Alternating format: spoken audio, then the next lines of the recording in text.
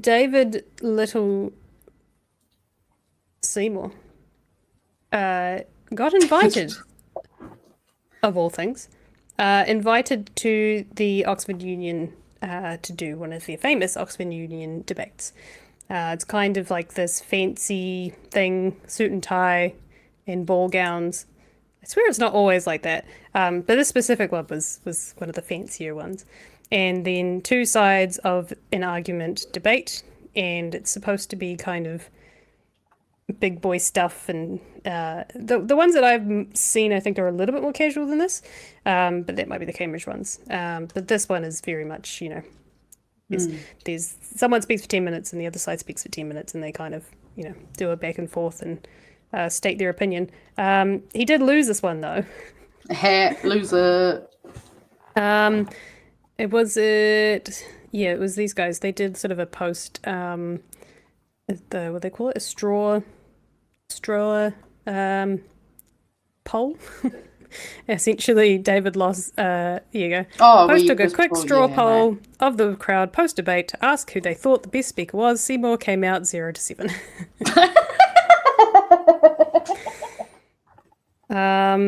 I'd love to know what the final vote count was. It does say somewhere. They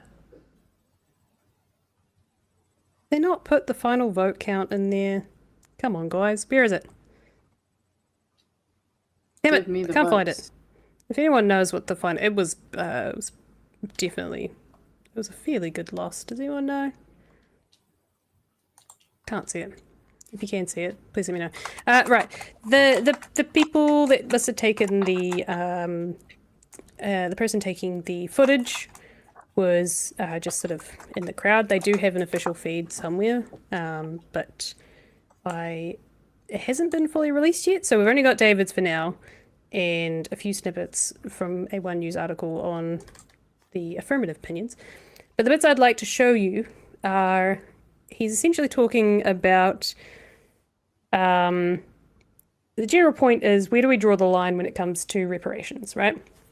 He argues that that Māori, or Indigenous people in general, want reparations, and they want things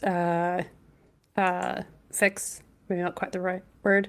They want equity for things that they didn't get in the beginning, and te tiriti not being honoured correctly. Yeah. And his argument is like, where do we draw the line? And he also does this really shitty thing of like, the last speaker didn't say this, but we all heard it, and like just puts an opinion in her mouth a little bit. It was like, okay. You can't just do that. You can't just say this person didn't say it, but this is what they really meant. It's like, no, they didn't say it. They didn't say it, Seymour. You fucking wanker. All right, so let's we'll have a look through these small bits, the least amount possible. And that is the big problem that the affirmative has. They want to arbitrarily draw a line and say this is when legitimate ownership ended and somehow theft began. We heard a land acknowledgement from the final affirmative speaker. If she wanted to make a land acknowledgement here, as we've heard from the excellent team to my left, who would she acknowledge? I would argue it should be the Neanderthals, who anthropologists believe were driven out of southern England by modern humans nearly 40,000 years ago. Where would you like to stop? The truth is that any decision that land was stolen is a merely arbitrary choice designed to reinforce the particular, I have to say, quite nasty prejudices that we heard from the affirmative team. My brain hurts. You don't need to listen to much of that to be like, what the fuck are you on about?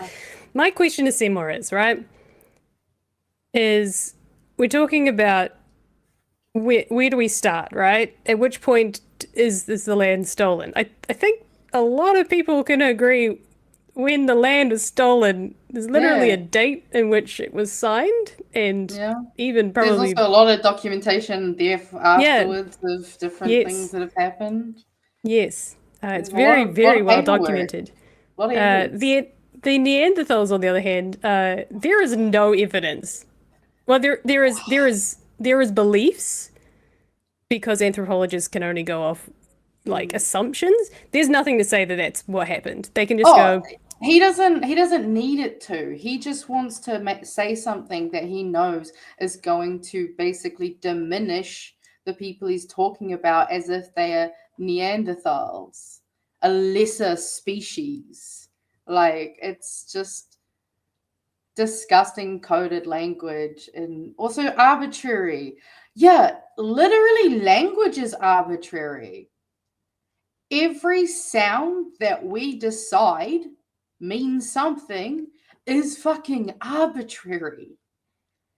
Technically, all of the policies we make are arbitrary if we get down to the fucking nitty gritty of it all. That doesn't mean it takes away any, like, we can make legitimate pointers and markers of, like, here is where we've drawn the line.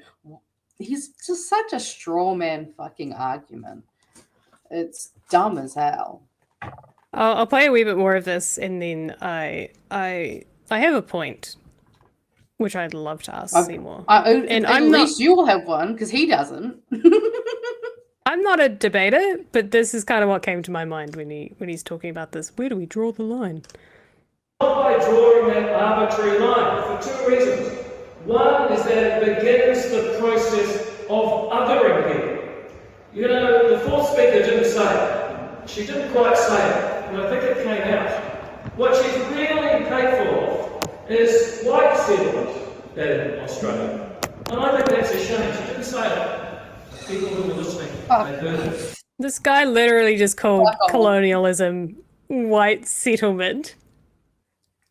Oh, fucking... Just...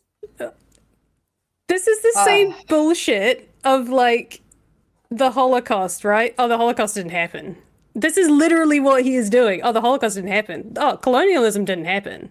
Like, what are you talking about? They just like, you know, it's the same shit of, like, rewriting history. We have evidence of what happened to the Aboriginals. We have evidence of what happened here in New Zealand. Like, this is not disputable.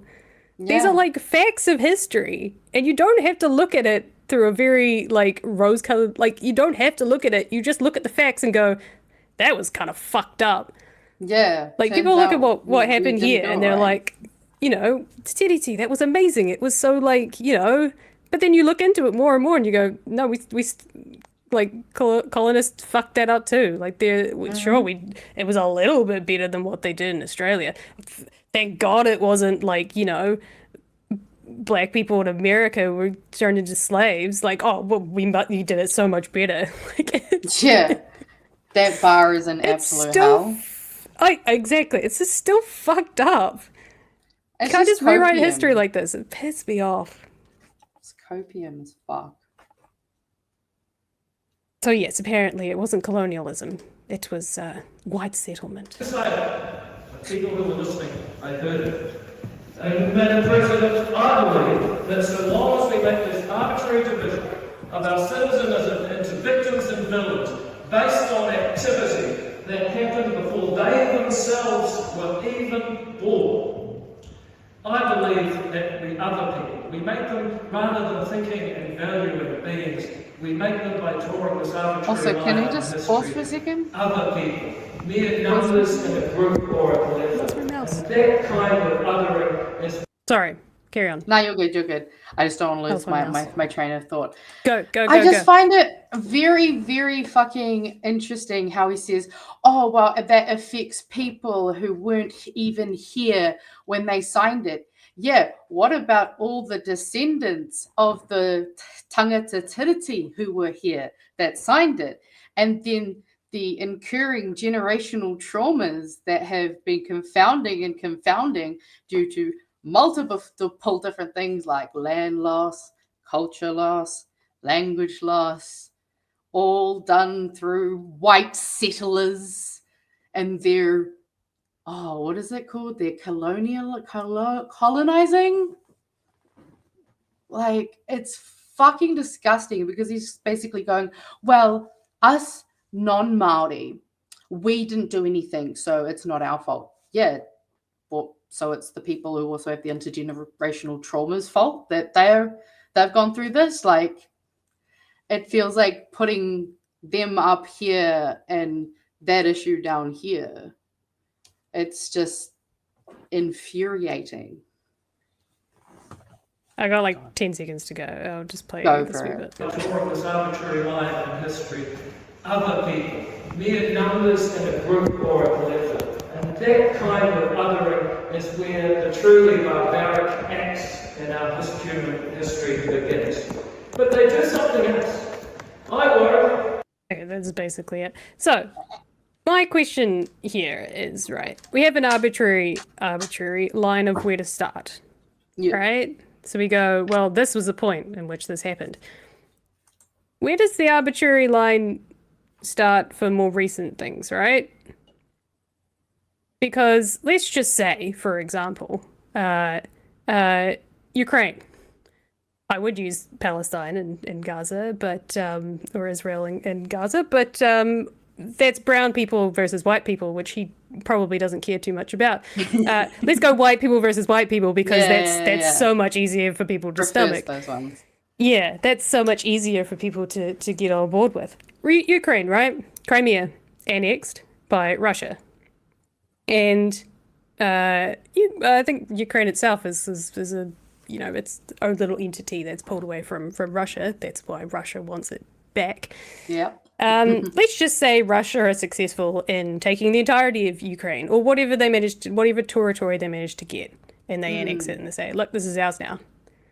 Does David Seymour just go, oh well, like it's theirs now? Like, what do you want us to do about it? Yeah. Is he literally just going to be like, it was Ukraine, but now Russia have it, so it's fine. Oh, they took more of their land? It's Russia's now, so like, what do you want us to, like, Oh yeah, I mean that logic. At what point doesn't- do you go? That's like, it's stupid, right? Is anyone else on board with it? That's fucking dumb, It's not right? just stupid. It's just racist, and it gets all of the ists. It's very settled in white colonist type, like thinking types. It's all that kind of dog whistle, that kind of. Oh, although don't say it outright, do actually imply, othering. I mean, it's such a projection to be like, oh, well, if you're doing it this way, that's what's actually othering. It's like, no, you're just saying that because it's not what you want and it's not the thing you like and it doesn't suit you. It's just this. Just stereotypical bullshit, really. It's arguments that we've been hearing forever. It's boring. It's worn out. Like, honestly, if people are gonna do racism, can they at least be creative and interesting with it? Like, I'm getting fucking bored. I would like some more creativity. Thank you for people who know more things than I do. Point of history: the USSR freed Ukraine and encouraged Ukrainian identity. It is nationalist Russians. They want to destroy it. There you go. It's a shitty argument. At the end of the day, it's a very shitty argument. He goes on to say, like, this is why young people are so sad, because they feel oppressed by Maori wanting equity in their own country. This is why they're so disillusioned. They don't feel like they can do anything because the RMA stops them from building nuclear power plants and mining. They're not building nuclear power plants, but mining for gas and oil. Those young people are so sad that they can't exploit our natural resources. Oh, they're so sad. And then the other argument he makes later on is about immigrants, which I don't know because I haven't seen the prior things. But his point about immigrants is like, New Zealand doesn't want immigrants. The affirmative side doesn't want immigrants. They don't want people coming in. But you realize about halfway through, he's talking about like Peter Thiel Yeah. immigrants. He's not talking about when you think of an immigrant, when you say immigrant, he's talking about rich white people with a fuck ton of money who want to come and buy a house here so they can live here for the next 10, 20 years and, just Or not exploit even live here properly, because they only have to live here like 21 days out of a year? So like 3 weeks. Yeah. They don't even have to live here. So what they can actually do is they can buy up property, have a holiday home, and then probably fucking Airbnb or some shit to kind of, or bring to some friend that they've got, and then taking more money offshore. Yeah. Definitely helps the local economy. Absolutely. But yes, he was, he lost, really. The affirmative side ended up winning. If anyone knows what the number was in the end, they do. Apparently, the woman in the amazing blue dress absolutely ripped him a new one. So I love to hear that. I only have a very, very small snippet from the One News story because it hasn't come out fully yet. And Edu was on it as well, which was great. I'll play this wee bit here. You know what? Let's listen from Edu, because I'm always down to listen to Edu. But it's a lad. What a lad. Role in legislation proposing to change Māori rights and criticising the Oxford Union too. This whole idea or principle of a free marketplace of ideas creates actually opportunity for more embedded stereotypes. Seymour debating alongside Americans who've called for stricter immigration, arguing border laws protect people, while the affirmative team gave a history lesson. New Zealand is complicit. Your government invited Pacifica peoples to fill labour shortages in the 1970s. Then unleashed police with dogs on them, the Dawn Raids. This New Zealand student also taking aim. The Treaty of Waitangi is the foundational treaty of our country, which our government does not actually follow. So there is no legal basis for our government. The pair diplomatic in disagreement after, before it was revealed the affirmative won the debate with 98 to 83 votes. Oh, there you go. I hope that a few of those students, they didn't start off on our side, may have won one or two over. The Deputy Prime Minister now joins a group of distinguished people who have been hosted by Oxford Union, ranging from Mother Teresa to Malcolm X and even Shakira. Kate. I don't know if I like the idea that he's a distinguished. I mean, people. That's always very pretentious and white-coded, so he'll never be a leader, that's for fucking sure. The person speaking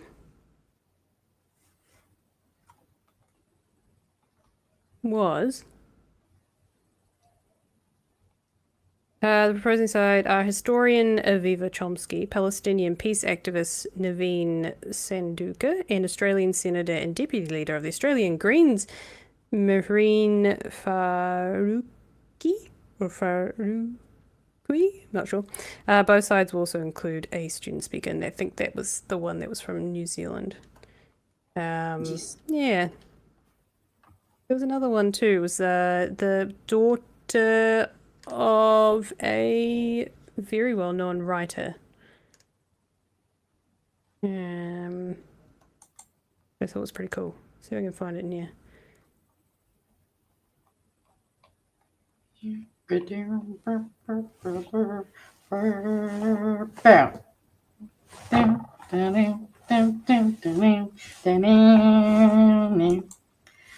No, I can't find it. I can't find Noam it. Chomsky's daughter? Thank you. There you go. I thought I heard a Chomsky in there earlier. Yes. Yes, that's the Chomsky that was there. Yes, that person. Thank you. All right. Yeah, it's enough of that. Well, actually, is there anything else you wanted to say on the particular topic, other than the fact that he actually it wasn't as much as I thought. It was a pretty 50-50 split on, but I did like that their straw poll was 0-7. Oh yeah. I mean, it's just fluff, really. David feels like he got the little bit of prestigious attention that he's wanting. Like, I love that for him. That's really all I have to say. I mean, I'm kind of just sick of hearing them speak.